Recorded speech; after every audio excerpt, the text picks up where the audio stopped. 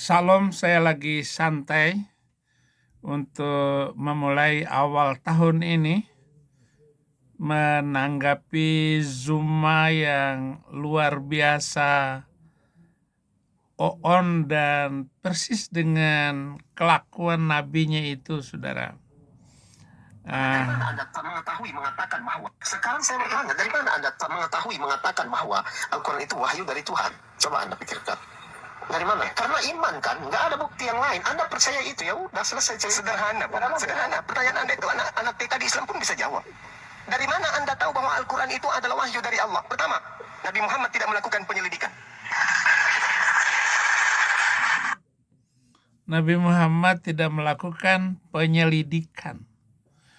Maka banyak sekali hal-hal yang aneh di luar nalar yang diceritakan dibawa oleh Nabi Arab itu. Isra Mi'raj itu adalah peristiwa lucu, aneh, ajaib, ngawur. Kenapa, saudara-saudara? Dia cerita bahwa dia naik buruk dari Mekah ke Palestina, lalu naik ke langit, lalu turun lagi di Mekah. Padahal kesaksian dari Ummu Hani, dia nunggang Ummu Hani malam itu karena Khadijah sudah meninggal.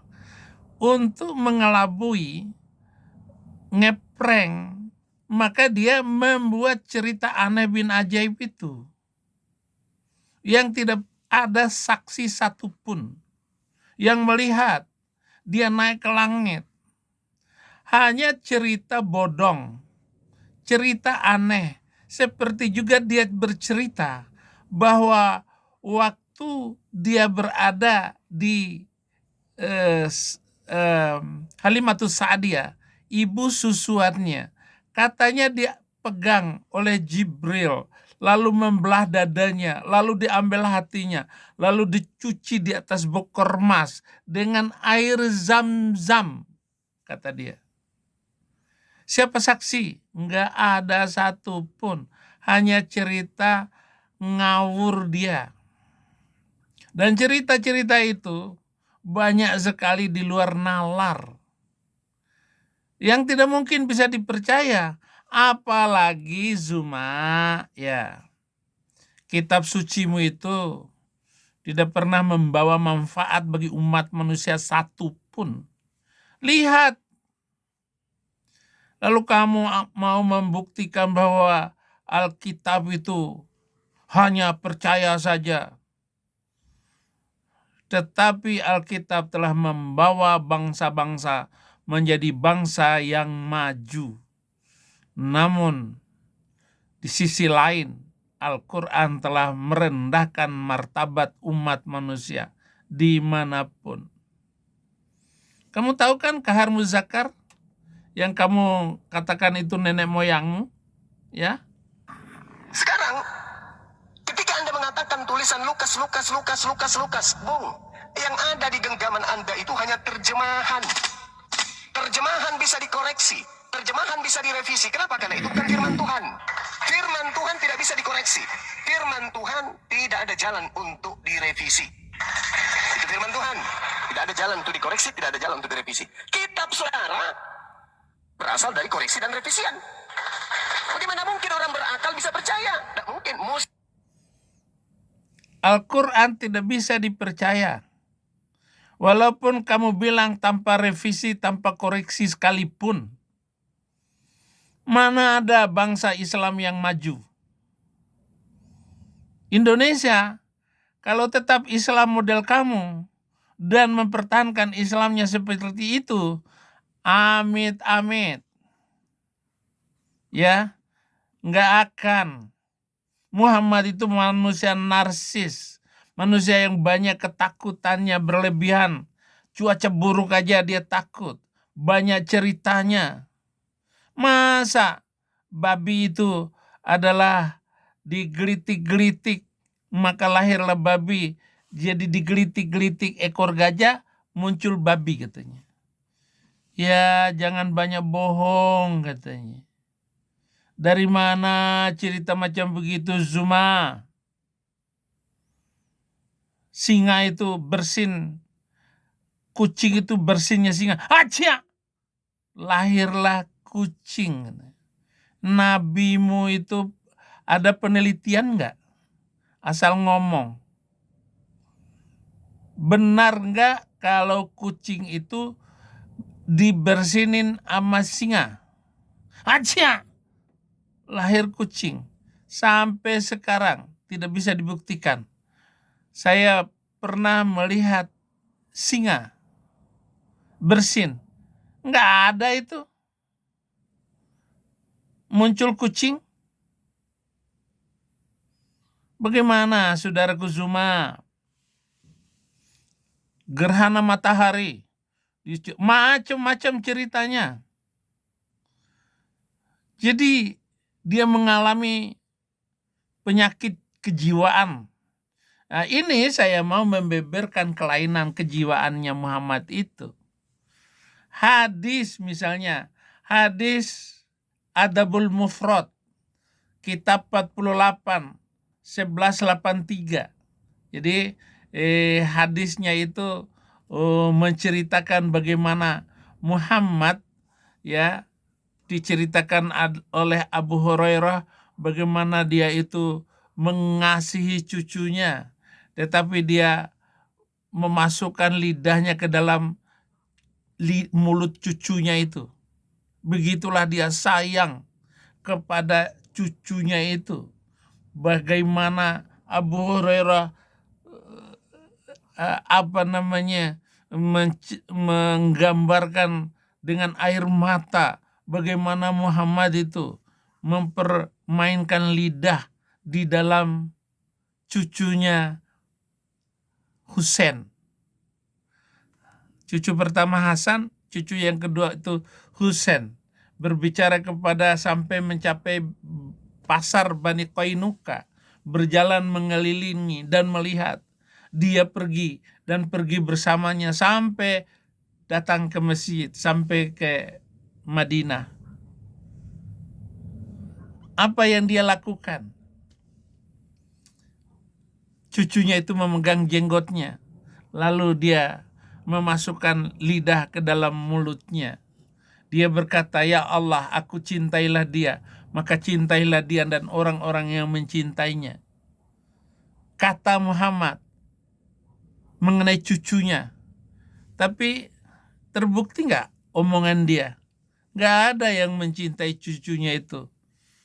Diambil palanya sampai hilang, lepas dari tubuhnya oleh sesama muslim. Coba buktikan dong kalau dia seorang nabi yang bisa membuktikan kata-katanya. Dia hanyalah orang yang tidak bisa dipercaya sampai kapanpun.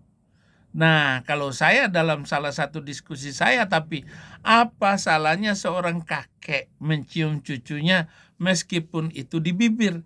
Ini hanyalah tindakan cinta yang tidak bersalah yang dilakukan banyak orang tua dengan bayi dan balita mereka. Mencium anak di bibir tidak menyiratkan gairah seksual, dan itu sebenarnya cukup normal. Tanggapan saya, seorang kakek ataupun bahkan seorang ayah memang tidak masalah melakukan ciuman di bibir pada anak perempuan atau cucunya, tapi persoalan di sini adalah memasukkan lidah ke dalam mulut. Aneh. Apakah karena saking sayangnya seorang kakek sehingga melihat tega mempraktekkan permainan lidah kepada cucunya yang laki-laki pula? Saya mengundang seluruh polemikus yang mengatakan polemikus Islam seperti Zuma. Sebenarnya istilah polemikus Islam itu nggak tepat, apalagi mengatakan apologet Muslim. Islam nggak mengenal apologetika. Yang dia kenal adalah urusan pedang. Ya. Saya mengundang Anda yang punya harga diri dan ilmu yang mumpuni untuk membahas persoalan ini daripada Anda kuar-kuar memposting di Facebook Anda. Seperti biasa berdiskusilah dengan memberikan hujah terbaik, tidak beserta keonan Anda kepada Kristen, ayat-ayat Alkitab dan Yesus Kristus. Seperti yang dilakukan oleh Zuma, karena tanpa oon seperti yang Anda ceritakan. Saya sudah tahu kualitas Anda semua.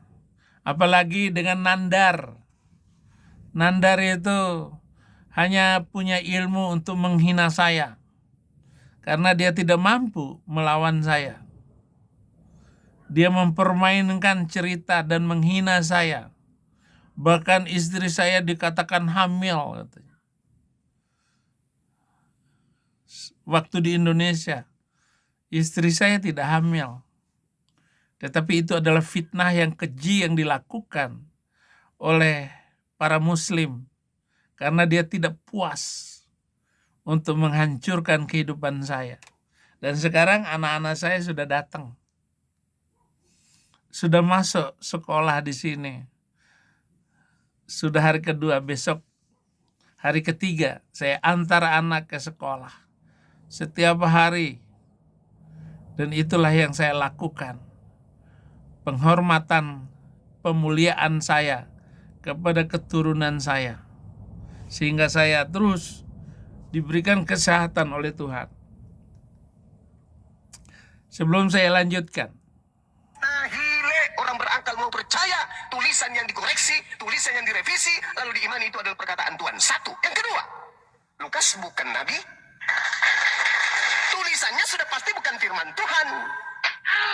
Lukas nabi? Bukan.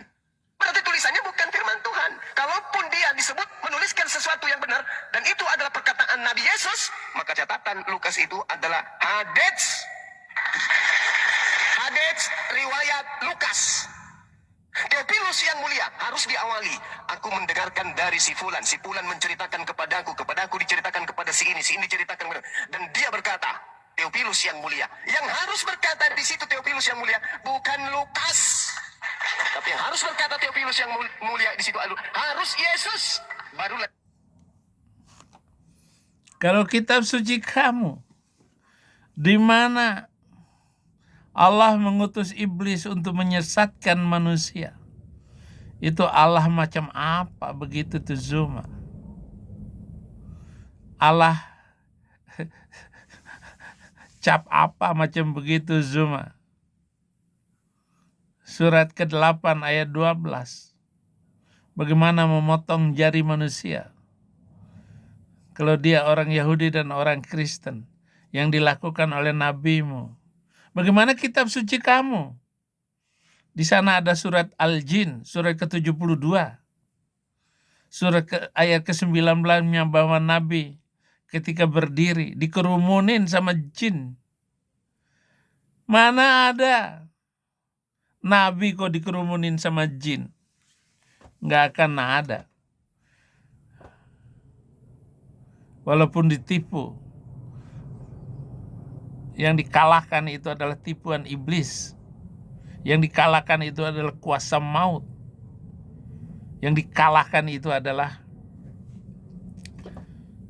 di mana Tuhan berkuasa. Seperti kami kalau mengikuti Tuhan, kami akan mengalahkan iblis, mengalahkan maut itu. Dan menyatakan, hanya Yesuslah Tuhan dan Juru Selamat. Ini Allah.